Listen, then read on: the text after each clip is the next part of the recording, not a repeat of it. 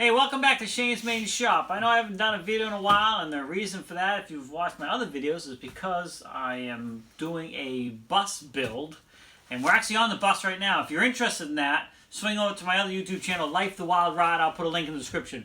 But today, I am talking about this rotorazor saw. It's a nice, very compact saw. And I just wanted to give you kind of my quick review of it and what I think. I've used it a few times now to cut some of the panels for the ceiling of the bus. And again, I like the fact it's plug-in. Battery tools are great for a lot of different things, but sometimes you just want power enough to mess with it. So by having a plug-in, that's a plus. And it has a hose you can hook up to a vacuum and plug into the side of it here, and that would allow you to suck the dust away. That's a pro. It's compact, that's a pro. It's not very loud, it cuts good, all of that. With all that said, there's a couple, as far as I'm concerned, major cons. And one of them is the way this is made here, you can't see the blade. Now I know this is all about safety.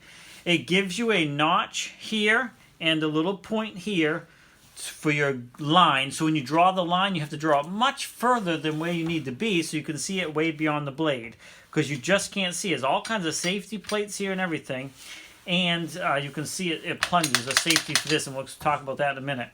So you can't see when you get to the end of where you want to cut, if you're just doing like a plunge cut or something like that. If you're just cutting a board off, it's perfectly fine. But what they did do is they did put a couple notches. Hopefully you can see those. There's a notch right there and right there that if you stop, if you draw your other line where you want to stop at, and you get to that and you stop, or to this one and stop, then essentially you've gone to the end of your cut. However, that only works if you have the depth setting all the way. So you have you get your full depth out of it. Then the blade reaches to the end of that notch as well as back here. So if you have the depth setting, because I was just cutting a thin panel, I had it set just narrow, not very deep, just a little bit, because there's no sense having your blade go through. Then you can see that that's no longer accurate. The blade's back here. However, the notch is way up there. So you can't stop where you want to. A good example is I was cutting out an outlet box opening in a piece of the paneling, and you just can't see where your lines start and end because everything is so covered up. So to me, that's a major con for this. For being something compact and be able to just haul it out and use it quickly for a lot of different versatile things that they advertise it for, that's a con. The second con is another safety feature. You have to push this button, so this plate's locked. Again, safety. They don't want the blade sticking out until you're ready to use it. Now, every other skill saw in the world, the blade's all sticking out. It does have a safety thing that goes down, which is great. But this one, you can't do nothing unless you push this forward. So you have to hold that forward. Then when you're ready to cut, this will go. And you can plunge down into your work, and whatever your depth setting's at is where it'll stop.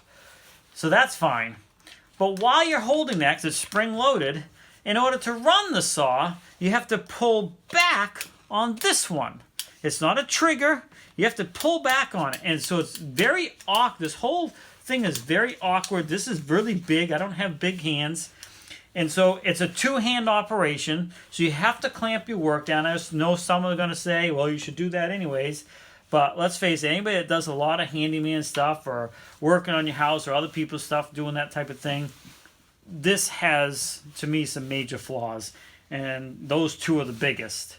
Holding that forward and pulling this back, so you can, it tries to slide out of your hands just while you're trying to use it.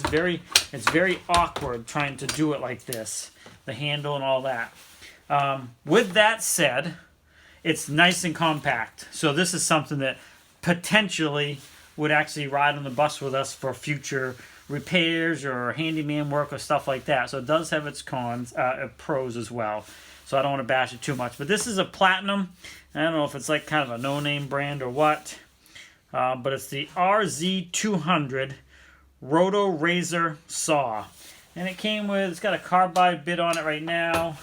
It came with just some regular, cross-cut bits and a few other things. It does have a fence, so if you want to do a straight line, and again, I think for this type of stuff, the thing would be great, as long as, but if you're doing like, plunge cuts and stuff like that, it's much more difficult to operate. Of course, you got some instructions in here and stuff like that. But I just want to take a minute. One, like I said, I haven't done a Shane's Main Shop video in quite some time, and I've been using this on the bus here quite a bit and finding out quickly what its capabilities are. It comes in a pretty sturdy case, so that's a plus, and what its downfalls are. Hopefully you find this video helpful. So if you're looking to get one of those, just keep that in mind. Just like every tool out there, they have a use. But sometimes you just stick with the tried and true skill saw, table saw, that type of stuff. Sometimes these tools are gimmicky, and they get you to buy them, and they're not really the greatest thing since sliced bread.